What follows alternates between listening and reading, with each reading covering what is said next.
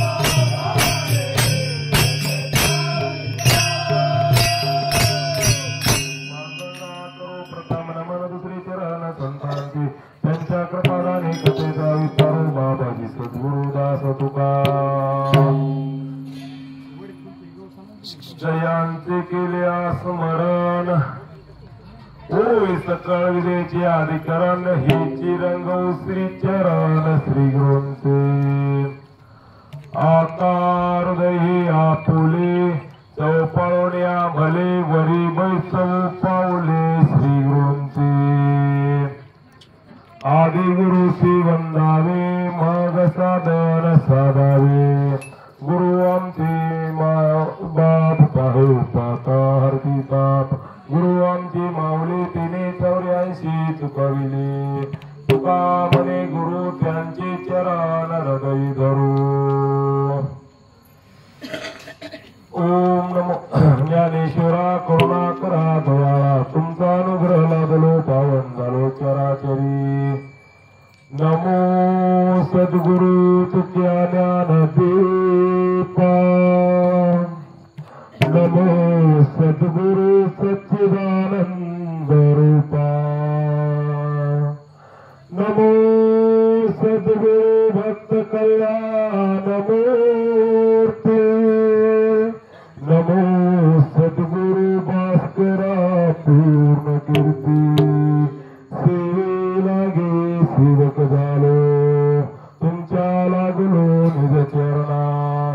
नमो ज्ञानेश्वरा नमो ज्ञानेश्वरा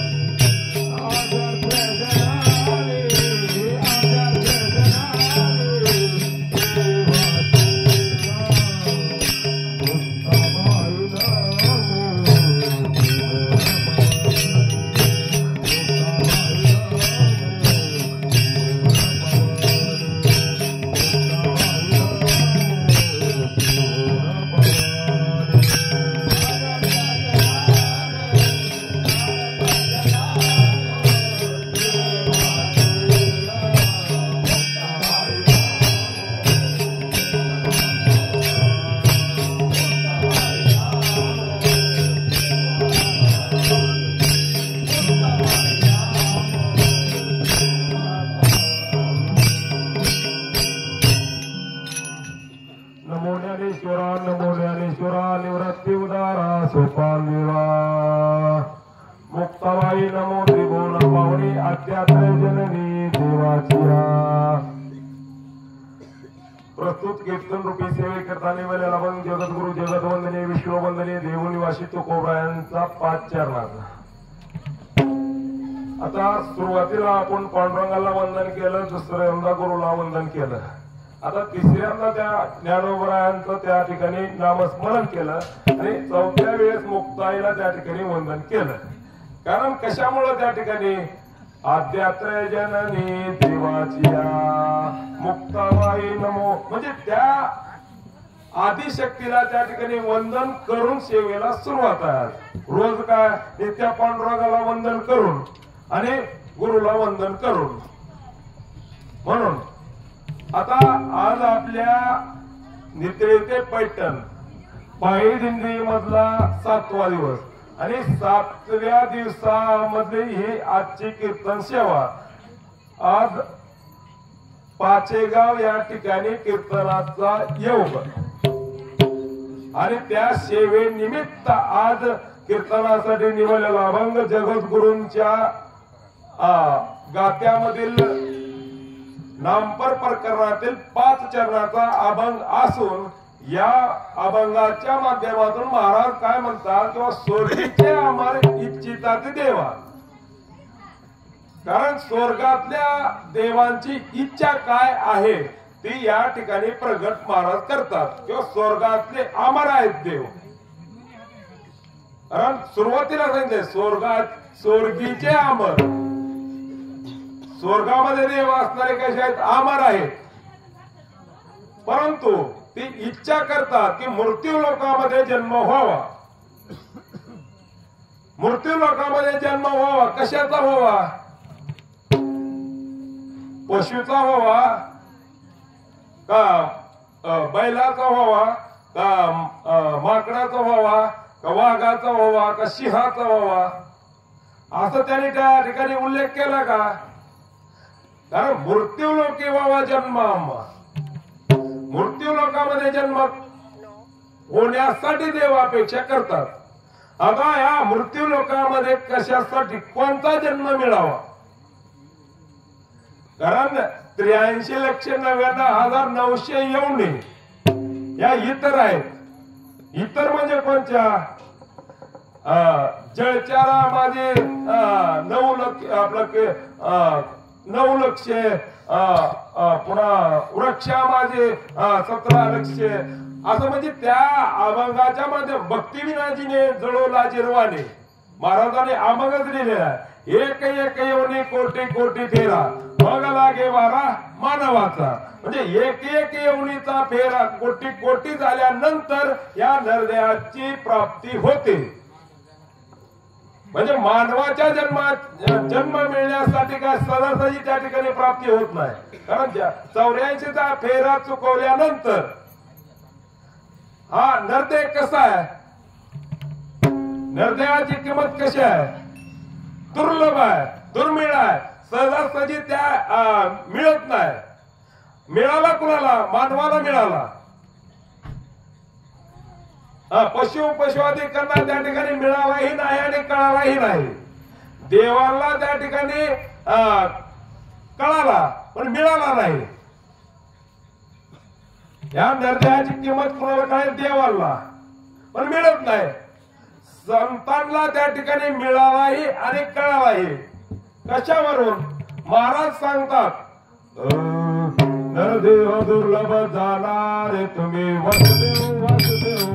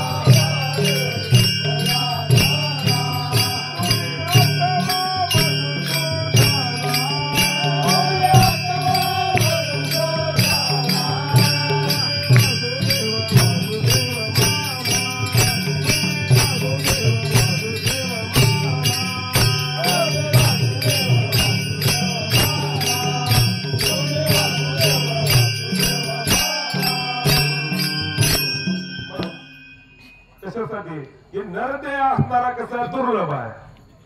दुर्लभ म्हणजे न मिळणाराच आहे. सहजासहजी त्या ठिकाणी मिळत नाही आणि मिळाला तर त्या ठिकाणी कळत नाही. कुणाला, मानवाला त्या ठिकाणी कळत नाही. म्हणून महाराज म्हणतात किंवा संतांना त्याची किंमत कळाली आणि नरदेह मिळाला. पण बरं, नरदेहामध्ये किती आयुष्य आहे? नरदेह दुर्लभ झाला 100 वर्षाची गणना, 100 आयुष्य आहे. 100 वर्षाची गणना, त्यामध्ये दुःख यातना, मग रात्री नेले अर्धे, बाळपणा गेले व्यर्धे. मग आयुष्य किती आहे? 100 त्या ठिकाणी महाराजांनी उल्लेख केलेला आहे. पण त्यामध्ये समजा कुणाला 100 आयुष्य मिळतंय का? कुणाला 50 मिळतंय, कुणाला 60 मिळतंय, कुणाला 70 मिळतंय, कुणाला 30 मिळतंय, 40 मिळतंय. म्हणजे ज्याच्या त्याच्या त्या आयुष्याच्या गणनेनुसार किंवा ज्या वेळेस मुलाचा जन्म होतो त्यावेळेस ती 5व्या दिवशी ज्या सटवीन लल्लाटे ब्रह्मरेखा नेदते ते ब्रह्मादेक. मग त्या लल्लाटी ब्रह्मरेखा असणारी आपल्या कपाळावर जी इतका आयुष्य त्याच्यामध्ये कमी जास्त होत नाही. म्हणजे आपल्या कपाळावर जितका आयुष्य आहे त्याच्यामध्ये बदल होत नाही. म्हणून महाराज म्हणतात किंवा नरदेहाची किंमत त्या ठिकाणी कुणाला कळाली तर फक्त संतांना कळाली. आयुष्य त्या ठिकाणी कुणाला महाराजांनी वर्णन केलेलं आहे किंवा 100 म्हणजे रात्रीने नेले अर्धे बाळपणा गेले अर्धे दरी दरी आठवण मारी संताचे वचन. म्हणजे त्या जर आयुष्यामधली जर समजा उरलेल्या आयुष्यात किती किंवा 100 मधून 50 झोपीत गेले त्याच्यातून 25 त्या ठिकाणी बाळपणामध्ये गेले. पुन्हा व्याधीमध्ये काही गेले कोणत्या कुणाला त्या ठिकाणी रोग पीडा म्हणजे ताप सर्दी खोकला किंवा कुणाचा ऍक्सिडेंट अशा अनेक त्या ठिकाणी आपल्या व्याधीमध्ये किंवा आजारामध्ये त्या ठिकाणी आयुष्य आपलं जातंय. काय भजनाची उरले ते पाहेगा.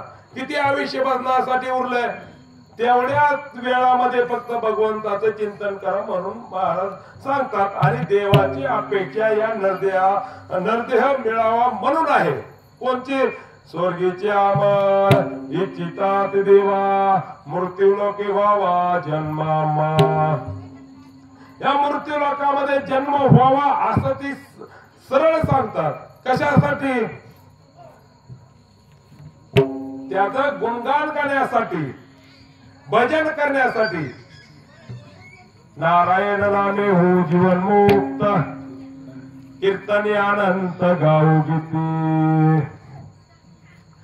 मग त्या नारायणाचं नाम घेण्यासाठी आणि जीवन मुक्तीचं एकमेव साधन करण्यासाठी देव अपेक्षा करतात. पण दुसरा या सृष्टी इतर ठिकाणी त्या ठिकाणी भगवंताची प्राप्ती होते का? होते.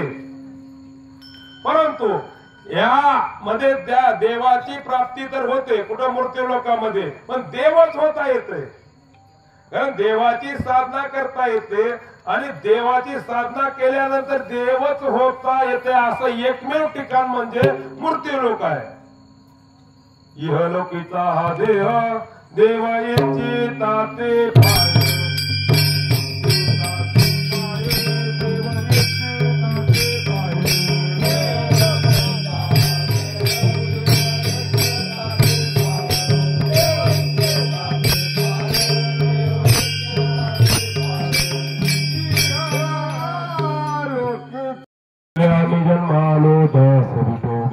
झालो.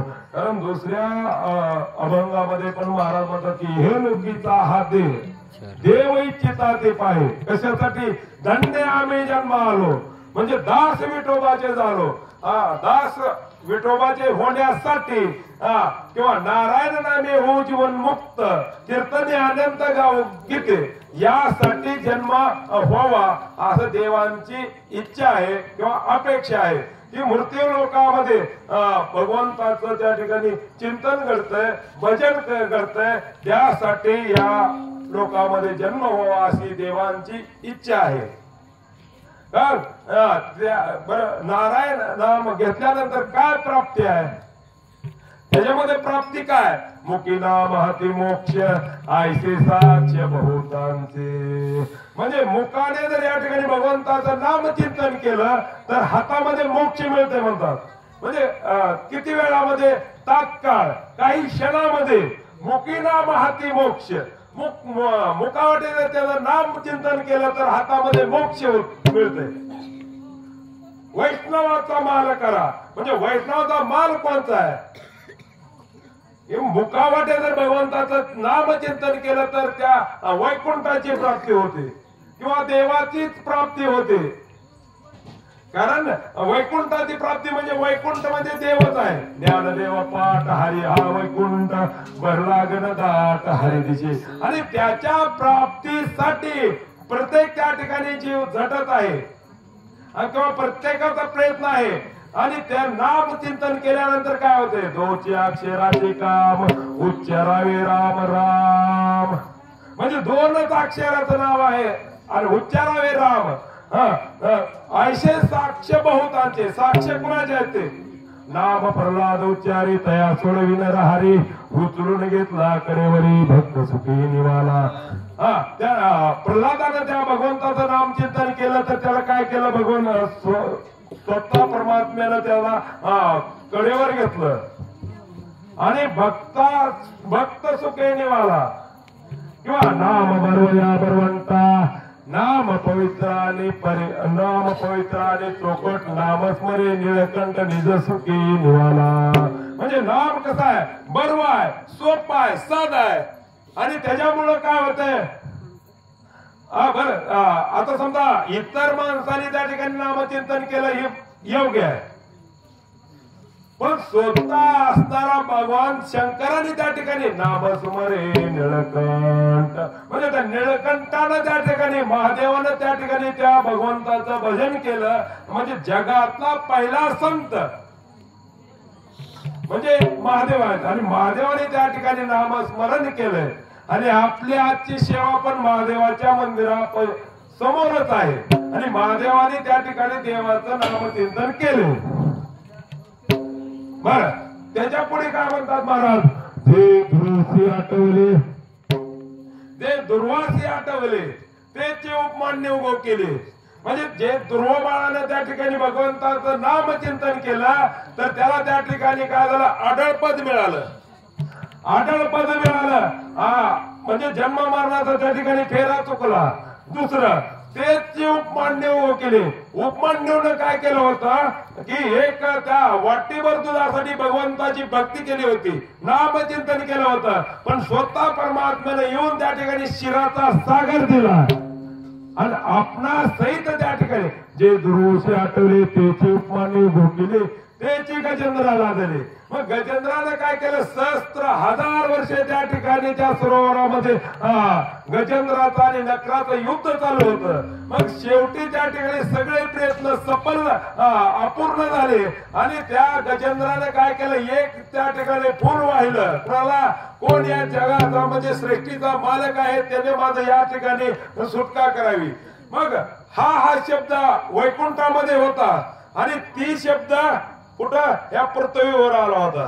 कुठं, त्या भगवंता त्या ठिकाणी जेवण करत होते आणि लक्ष्मी आईसाहेबांनी त्या ठिकाणी भगवंताला विचारलं की तुम्ही कुठं जायला, तर म्हणले हा शब्द वैकुंठात आणि ती त्या ठिकाणी त्या सरोवरावर शब्द घेतला होता. म्हणजे इतक्या वेगाने तो परमात्मा त्या ठिकाणी भक्ताची सोडवणूक करण्यासाठी येतो. काय, त्याचा फक्त नामचिंतन केल्यानंतर. कारण महाराज कशासाठी म्हणतात किंवा नाम घेतल्यानंतर काय होतं की जन्म मरणाचा फेरा चुकतो.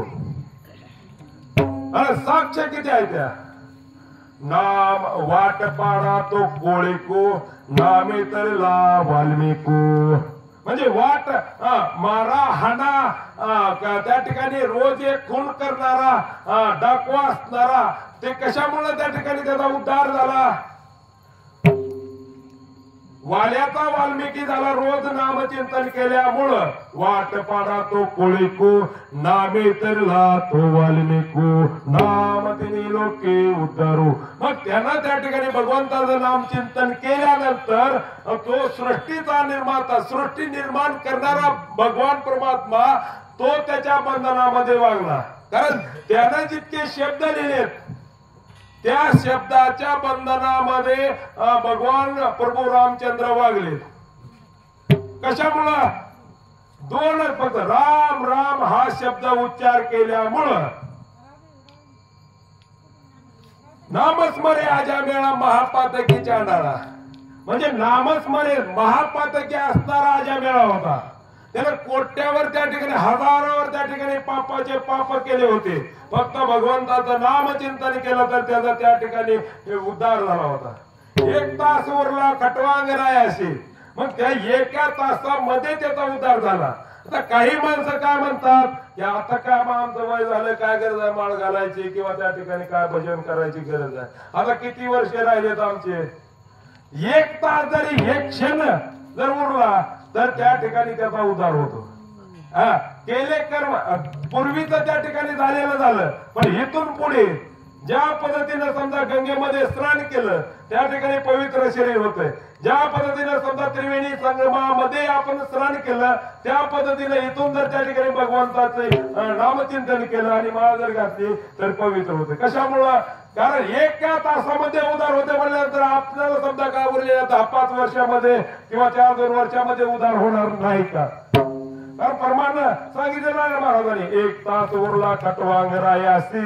मग त्याला त्याच्यामुळे का नामच मरे आजा मेळा महापातकी चांडाळा.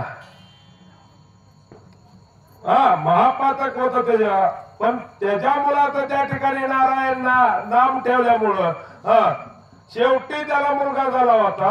आणि ज्या वेळेस यमदूत त्या ठिकाणी त्याला नेण्यासाठी आले होते, कुठून?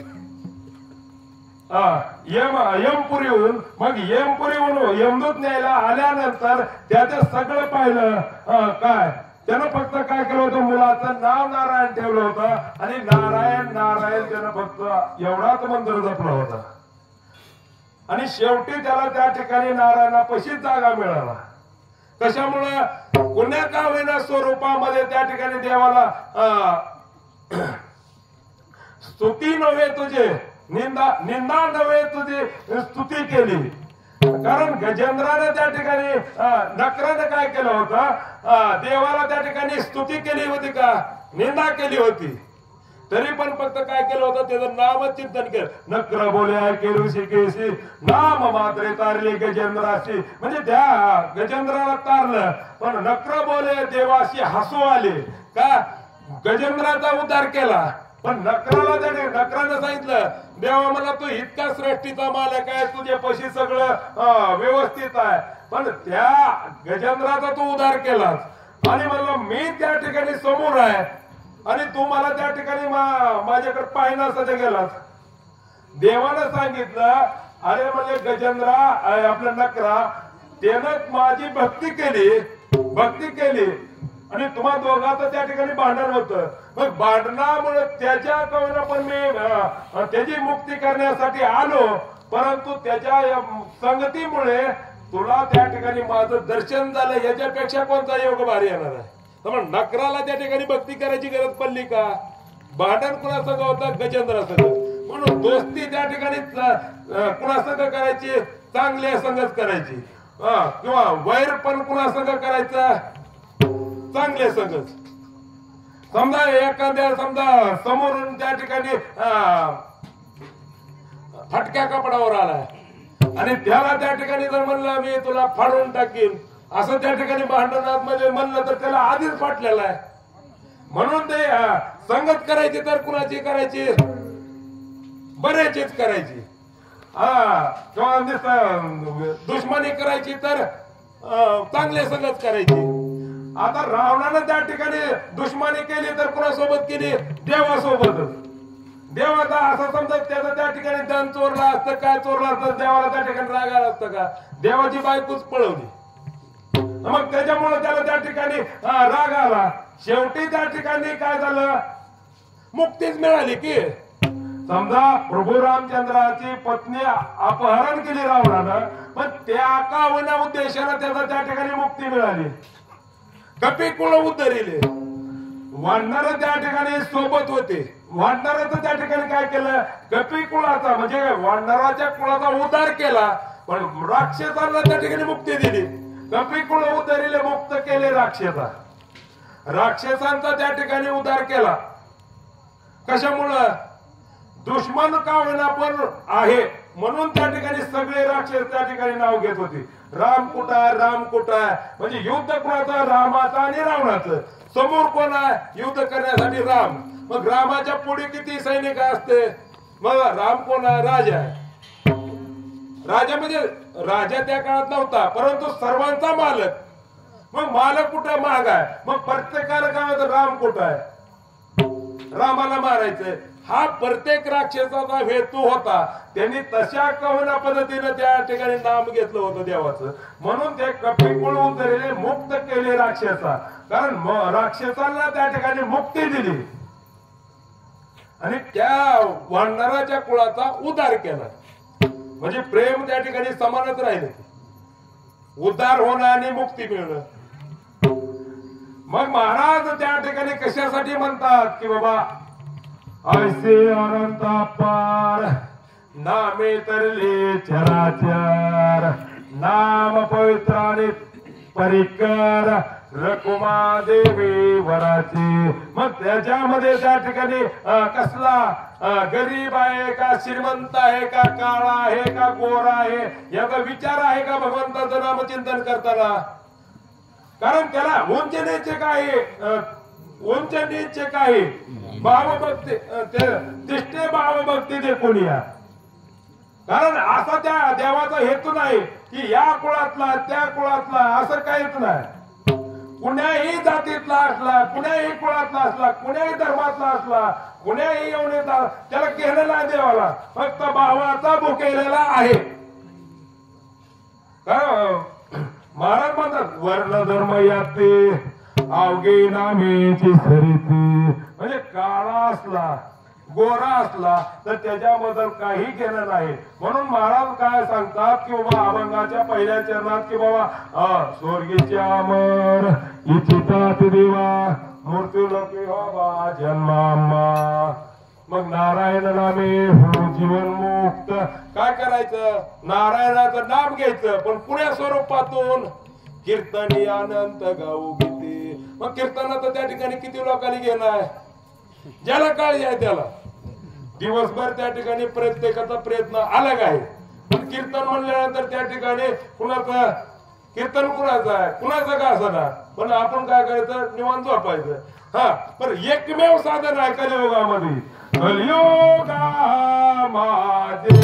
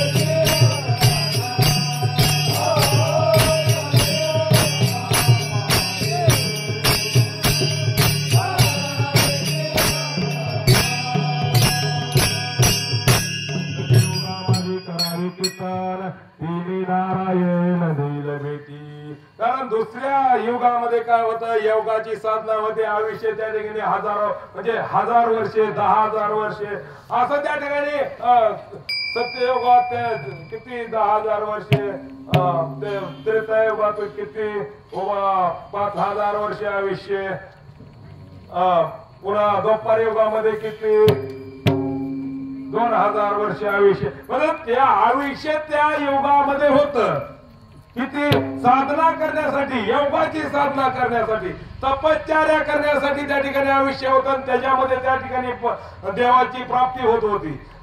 तपश्चर्या करायची कुठं अंगठ्यावर उभा राहून त्या ठिकाणी हजार म्हणजे 100 वर्षे त्या ठिकाणी तपश्चर्या करायची. कुणी हिरण्यकश्यपूने तशी तपश्चर्या केली रावणाने तशी तपश्चर्या केली अनेक त्या ठिकाणी असुरांनी तपश्चर्या तितकी केली. त्या काळामध्ये संतांनी पण साधूंनी अशा ऋषी मुनींनी हजारावर त्या ठिकाणी तपश्चर्या केली. हजारो वर्षे. विश्वामित्रानं 60,000 वर्ष तपश्चर्या केली होती. म्हणजे 60,000 वर्ष म्हणजे आपले किती जन्म व्हावे लागतात. मग तितकं त्या ठिकाणी तपश्चर्या केली, मग त्यांचं आयुष्य होतं. कारण आपल्याला कसा शनमंगूर नाही बरोबर वारे सावध सोडा माया अशा म्हणजे क्षणभर त्या ठिकाणी आपला भरवसा नाही. कारण अल्पायुष्य मानव देह शेतकरी ते अर्धरात्र काय मध्ये पावला तुम्हा पिढा रोगशे काय भजनाची उरले ते पाहेगा. मग भजनाला त्या ठिकाणी काय उरलेला आहे. अल्पायुष्य त्या ठिकाणी आपल्याला निर्माण केलेला आहे. बघा वेळ त्या ठिकाणी नाही. कारण काय केलं पाहिजे, सतत त्या ठिकाणी देवाचं नाम चिंतन केलं पाहिजे. कारण सर्वांना त्या ठिकाणी धावता युग आहे. मग धावत्या देवाचं नामचिंतन कलियुगामध्ये करावे कीर्तन म्हणजे नामाचं कीर्तन साधन पाय सोपे जळतील पापे जन्मांतरीचे. म्हणजे नाम घेतल्यानंतर देवाचं काय होतंय, आपला उद्धार होतो आणि मुक्ती मिळते किंवा मोक्ष प्राप्त होते. मग सर्वांनी त्या ठिकाणी देवाचं नामचिंतन केलं पाहिजे. म्हणून महाराज म्हणतात की बाबा स्वर्गीचे अमर इच्छिता देवा मूर्ती लोके वा जन्मा नारायण नामे हो जीवन मुक्त कीर्तन अनंत गाव गीते वैकुंठी जन सदा इच्छिता कैयते ते हर्षितासी कर्म वाट पाहिली नंतर जोडणी आकर तिच्छते हे तुका म्हणे पावा वया पहिलं पार नाममंत्र सारा भाविका असते नारायण नामे हो जीवन मुक्त कीर्तन अनंत गाव गीते. कोण म्हणतोय दुसरी पुन्हा द्यायची शेवटात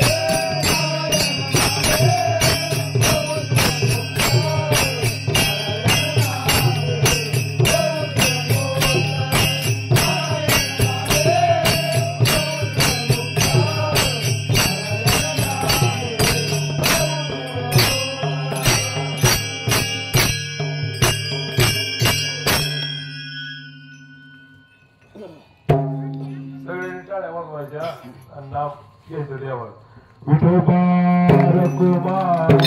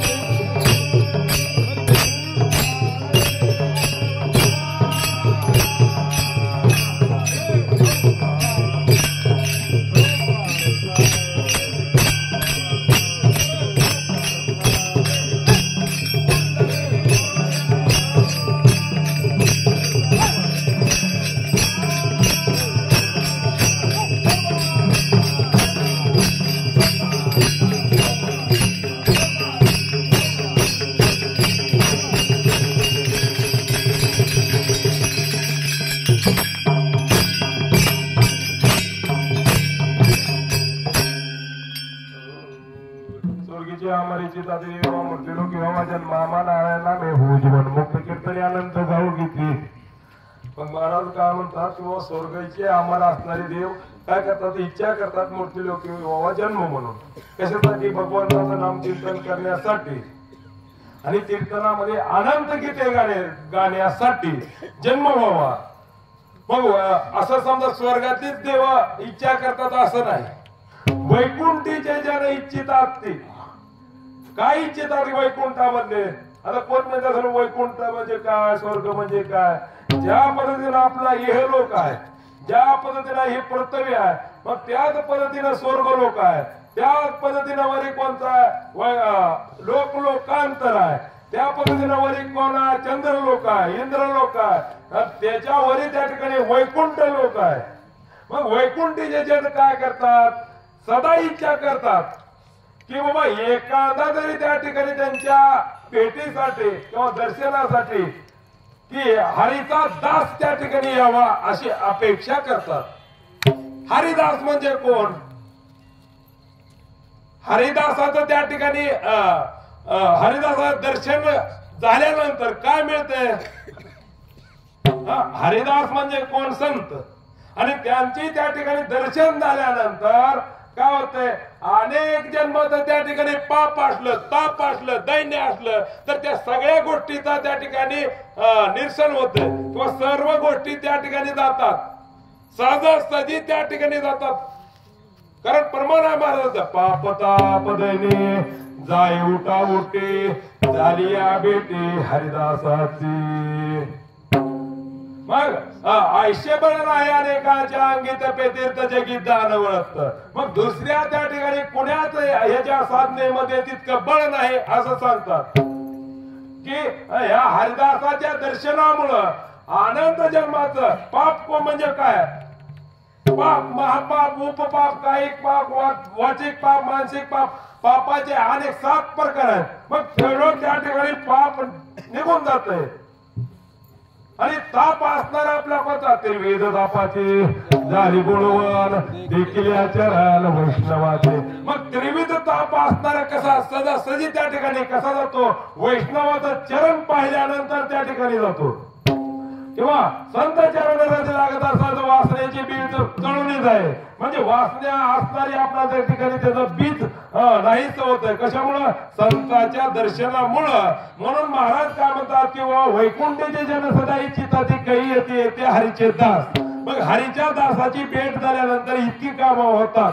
पण नंतर काय म्हणतात किंवा यम धर्म वाट पाय निरंतर जोडून या करत तिष्ठ तसे. म्हणजे यम आणि यम धर्म काय करतात किंवा एखादा त्या ठिकाणी भक्त यावा कोणता ज्याने भगवंताचं नाम चिंतन केलं भक्ती केलेली आहे अशा भक्ताचं त्या ठिकाणी एक वेळेस दर्शन व्हावं असं यम धर्माची अपेक्षा आहे.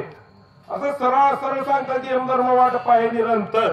जोडून या करत दिसत तसे कोण आल्यानंतर हरिदास आल्यानंतर कुठं यम धर्माच्या त्या लोकांमध्ये गेल्यानंतर त्याला त्या ठिकाणी दर्शन म्हणजे असं तटस्थ उभे आहेत एखादा तरी त्या ठिकाणी हरिदास यावा किंवा भक्त यावा म्हणून मग याच्यासाठी शेवटी महाराजांनी काय सांगितलं तुका म्हणे पावा वया पहिलं पार पहिलं पार म्हणजे काय समजा एखादा सागर आहे समुद्र आहे किंवा नदी आहे मग त्या नदीतून तीरावरून पहिल्या तीरावर जाण्यासाठी ज्या पद्धतीने आपल्याला एखाद्या नावाची त्या ठिकाणी सहायता घ्यावी लागते किंवा आगबोटीने त्या ठिकाणी याकडे होऊन त्याकडेला जाण्यासाठी सहकार्य मिळतंय त्याच पद्धतीने आपल्याला संत काय करतात किंवा देव काय करतो की त्याचं नामचिंतन केल्यानंतर सहजासहजी त्या आपल्याला भवसागरामधून तारून नेतो म्हणजे तुका म्हणे पावा वया पहिलं पार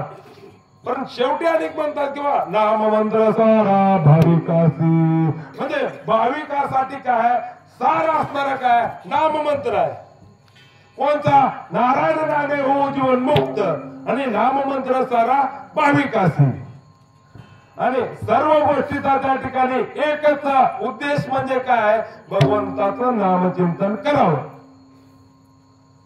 कारण दुसऱ्या गोष्टीमध्ये त्या ठिकाणी आपल्याला काही नाही मग ही जर त्या ठिकाणी समजा सर्वांनी त्या ठिकाणी नाही केलं तर काय होतंय आता कीर्तनाची वेळ संपली पण आमचं मग त्या असं जर त्या ठिकाणी नाही जर समजा आपण काय केलं जर समजा देवाचं नामचिंतन नाही केलं भक्ती नाही केली तर काय होतंय हे करून ऐकलं मग दुसरं येईल हे